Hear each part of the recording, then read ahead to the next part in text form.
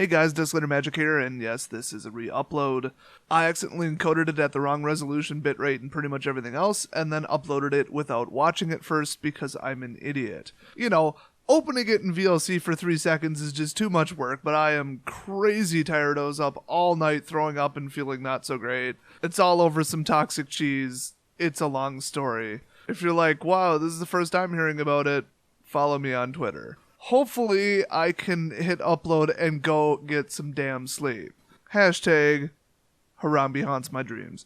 Anyway, here's the original video with the correct settings. I'm going to bed. Hey guys, Disclater Magic here, and it's time for some more MTG mistakes. And by the way, we're only a few days out from me improving this dreadful audio quality. Now, it probably sounds okay to you in the upload, sort of, until you hear what it's going to sound like. This is an exceptional quality microphone, but I'm not using a microphone amplifier of any kind except for the one built into my motherboard, which is an onboard sound card, and even with a dedicated sound card, I'm still getting all kinds of electrical leaking into the circuit and sounds like crap. Also, no real-time EQing. Holy crap, is that annoying. But trust me, in a few days, improvements are coming, and it's all thanks to you guys subscribing to my channel. That's right, MTG mistakes number 21 is do not use an inferior microphone system. Just kidding. It stops screwing up regeneration and flickering, or generally leaving the battlefield for basically any reason. Usually you're doing something that either fails to hit your opponent hard enough, or puts an undue penalty on yourself, depending upon the circumstances. And that's not good, because you could lose because of that. Now, this is really quite simple, and I think a lot of people already know this, but in case you don't, this should clear it right up. Regeneration should not be called regeneration. Regeneration is like, you died, and then, oh, a new one of you came back. Okay, that's what I think of. The exact opposite is true in Magic the Gathering. Everybody has been saying for years that they need to replace the word regeneration with death shield, because that's what it is. It prevents the next death that will occur. From a technical standpoint, it is actually considered a replacement effect. It's kind of like if a card says, if a creature would die, exile it instead. And then if the creature has an on-death trigger, then it never goes off in that case, because instead of dying, it is exiled. Not when it dies it's exiled, it's instead. And like I said, the exact same thing is true for regeneration. It is a replacement effect. The exact text of the regeneration rule is the next time this permanent would be destroyed this turn, it isn't. Instead, tap it, remove all damage from it, and remove it from combat. Quite a few people think that it leaves the battlefield and then comes back tapped, because, you know, it died and then regenerated. That is not the case. You can see why everybody thinks that it should be called Death Shield. So let's break it down. First of all, it only occurs once and it's only the first time. If you grant a creature regeneration during the first main phase, and then you go through combat, and it doesn't die, and then during the second main phase you try to hit it with like a kill spell, it still has regenerate until end of turn. So that means the first time it would be destroyed, you regenerate it. In other words, it doesn't die. As a replacement to dying, you tap it, remove all damage from it, and then remove it from combat. So that's one more thing that like never comes up ever, but people tend to screw this up. Let's say you got a 4/4 and you attack with it, and they block with a 2/2, so now it has 2 damage on it until, cleanup phase or something like that? End step? I don't remember. Basically, the end of turn is usually the term. Anyway, you go to your second main phase, it still has 2 damage on it, and then the logic completely fell apart in this example, but for some reason they try to kill it with, like, Murderous Cut or something, or, you know, just whatever. The card Murder, that's a little more up to date. So they try to blow it up, and then you, as an instant on the stack, give it regeneration. So you cast like a 1-cost spell that says regenerate target creature. That means that first it gains regeneration, then down the stack somebody attempts to blow it up. Instead of being destroyed, it becomes tapped. You remove all damage from it and remove it from combat, which it's not in. So then they say, haha, it took 2 damage before. I'm going to deal 3 damage to it with a lightning bolt. Sorry, regenerate, remove the combat damage. So that comes up approximately never, but it does bring up one interesting point. Usually most cards say, target creature gains +3/+1, regenerate it, as if it's like an action that you're supposed to take. Really, in my opinion, what it should say is target creature gains regeneration. Now, the reason they didn't do that is because if a creature permanently has Regenerate as a static ability, which I can't think of a single one, it's probably only granted by like enchantments or, I don't know, artifacts or something. That means that every single time that it would die during a turn, it regenerates. That's why you don't see a whole lot of like 1/1 zombies that just say Regenerate as a static ability. So what they really should do is split it into two different words. The one that recurs over and over and over because it's an ability, and the one that's like a temporary thing that's kind of granted to it. If you're confused, well, Wizards agrees with you because Aaron Forsyth, the head of R&D, said in an interview that basically Regeneration is too complicated, too weird, and they would never ever approve something like that these days. But of course, then he went on to say that it's been grandfathered into the fabric of the game because, you know, it's been printed basically forever. And, you know, he doesn't mind it, I guess. That's some pretty bad paraphrasing, but you get the idea.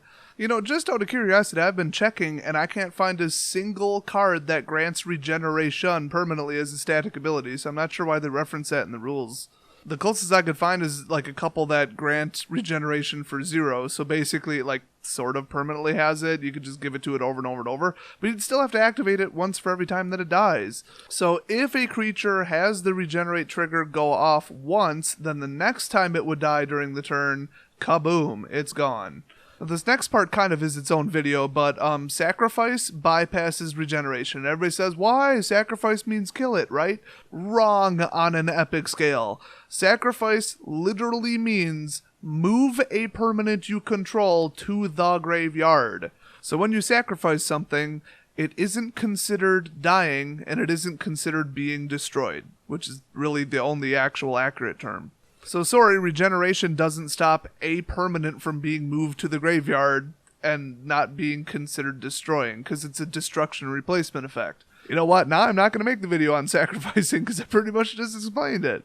So anyway, if the creature has Undying, too bad. If it has Persist, too bad. If you sacrificed it, it's gone. So we pretty much covered Regeneration. Let's talk about the exact opposite, which is temporarily removing a creature from the battlefield and then putting it back. Now, there isn't much to this except for the fact that people constantly screwed up in every way you could ever possibly imagine. In general, this is called Flickering, even if it's not instantaneous, because there's quite a few spells like, well, Flicker, that say remove whatever from play or from the game or whatever, and then bring it back. Like, immediately bring it back. Like, it's gone, it's back. You know, instantaneous. There's no gap in between. You can't take an action in between. It's the spell resolving, and those two things happen in sequence. Now, the main wording about Flickering, which, by the way, is a nickname, it's not a real thing, and yet it has rulings. It's not even a real thing, and it has rulings. How about that? It's more like an amalgamated list of rulings on cards that would be considered Flicker cards. Anyway, the old permanent ceases to exist, and when it comes back, it's considered a new permanent that is entering the battlefield. That's like the most important sentence that you can know about Flickering. And by the way, I should take the time now to say, you know, it's not just Flickering. It could be Quarantine Field. So you exiled somebody's permanent, and then like 5 turns later, they blow up Quarantine Field, and then they get their permanent back. That's kind of like Flickering, because it went to exile, and then it came back. So when I say Flickering, I mean in general things getting exiled or removed from play, and then coming back. Okay, so rule number 1, this should surprise nobody. If it's a token, it's gone. Everybody knows with tokens, if they get returned to hand, if they get exiled, if they basically leave play, they're gone. So if you have a Spirit token and you cast Essence Flux on it, guess what? It's gone. That's right, even if it's instantaneous, it's still gone, so don't do that. Well, let's keep the train rolling. If somebody targets your creature with a kill spell, or really any spell, any type of targeted spell at all, and then you flicker it, or make it leave the battlefield for any reason and come back, it's a new permanent, and they're no longer targeting the old permanent because it's gone. I mean, yeah, it's the same card, but it's considered a new permanent, so targeting fails. Obviously, if something is removed from game and then brought back, it is removed from combat. So if you attacked with it, and then they flashed in a blocker that's just gigantic, you're like, oh my god, you could flicker it, and then it's, when it leaves the battlefield and then comes back, it is no longer in combat, it is no longer attacking. So during combat resolution, it doesn't take any damage because it's not attacking. If you flicker a creature or basically anything else that has counters on it, equipment attached to it, auras attached to it, they're gone. The equipment just goes back to being unattached equipment, the auras go to the graveyard, and the counters simply cease to exist. No, you don't get the counters back when you bring back a creature. So, if somebody casts Quarantine Field on your Endless one, and then you blow up Quarantine Field, it comes back as a 0/0 and dies the second that it hits the battlefield. Now, if your creature has an amazing when this creature enters the battlefield effect, it goes off because, well, it's entering the battlefield. That's why right now Flickering is pretty darn nuts. I mean, there's no like Master of Waves, but there's some cards that are insane with ETB, like obviously Reflector Mage. If you flicker or yo-yo a Reflector Mage, they're just going to keep losing creatures. I mean, that guy is just OP. Not in general, not as a standalone, just in standard right now, because you can flicker him so damn easy. Here's one that people screw up all the time. So you swung with a giant creature, and then they exiled it until your end step. So during your end step, you get it back. Guess what? It's untapped, because you can't remember anything about the previous state of the card. So tap status is irrelevant because, you know, like I said, it's not the same permanent. It's a new permanent, and unless it says, hey, this creature enters the battlefield tapped, then it enters the battlefield untapped like any other time. Unfortunately, since it's a brand new permanent that just entered the battlefield, it has Summoning Sickness unless, of course, it has haste. Now, this next one, I already regret unleashing this level of power upon your local gaming store in the form of me telling you this right now. Remember, with great power comes great responsibility. And you know what? Screw it. Crush all your opponents with this. Seriously, do this. Build a deck around this, like right now. If you have temporarily gained control of a target creature because of, we'll say the classic, Act of Treason, and then you use a flicker effect on it, guess what? Want to know a secret? You guys want to know a secret? You get to keep that permanent forever. It never returns to their side. Why? Because it's not the same permanent, is it? So now what you're thinking, oh my god, Act of Treason is legal and so is Essence Flux. I'm going to build a Kidnap and Brainwash deck. Sorry, Essence Flux says exile target creature you control, so you control it, then return that creature to the battlefield under its owner's control. Sorry about that. The other player is the owner, you're just the controller at the moment, so you would actually return it to their side. So you just use Act of Treason on Ulamog, and you really want to keep him. So you thought, oh, okay, I can't flicker him. I'll use Stasis Snare on him. When Stasis Snare enters the battlefield, exile target creature an opponent controls, not one that they used to control. Sorry, that doesn't work either. Sorry, Quarantine Field says that an opponent controls as well. I don't think any of the flicker effects in Standard actually work for that, but there are others that don't say that.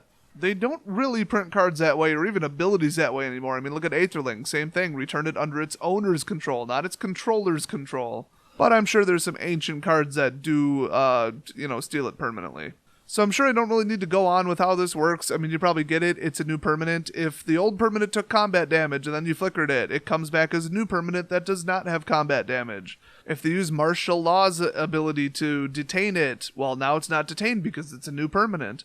If it has Soul Bond, it no longer has Soul Bond Link, but then, Soul Bond is an ETB effect, so it could recast it on entry. I mean, this isn't that hard, really. The only thing is when, it's just like, how Regenerate should be called Death Shield. It says this, this creature, this permanent, leaves the battlefield that comes back. It's more like completely exile this permanent and then bring back one that looks just like it, but that isn't the same permanent. That's a little bit less graceful, so I can see why they didn't word it that way. So the main difference, obviously, is Regenerate. You never leave the battlefield in the first place. Everything is preserved. You keep your counters, you keep your tap status, well, except that you tap it. You do actually remove damage from it, but otherwise it never leaves the battlefield. It doesn't lose its equipment, nothing. With Flickering, it loses everything. That permanent is absolutely gone, and a new permanent comes back in its place. And as long as you just remember those two things, you'll be able to use Regenerate and Flicker properly when they come up, even if, something I didn't mention in the video comes up. So hopefully this helps you guys out, and hopefully you got maybe even some new deck ideas around Flickering and Regenerating. Now, before you go off to change.org to start a petition to rename Regenerate as Death Shield, make sure you hit that subscribe button, and if you like this video and it helped you out, hit the like button. And if you're an angry psychopath that hates my guts, and you're basically on the verge of mental breakdown over it, make sure you hit that dislike button, because believe it or not, that's what YouTube considers an interaction. At the end of the day, that makes me more money, so thumbs up, thumbs down, leave a comment. I don't care, do something. Because the joke's on you, I'm gonna make money from it. Well, I'll see you guys next video.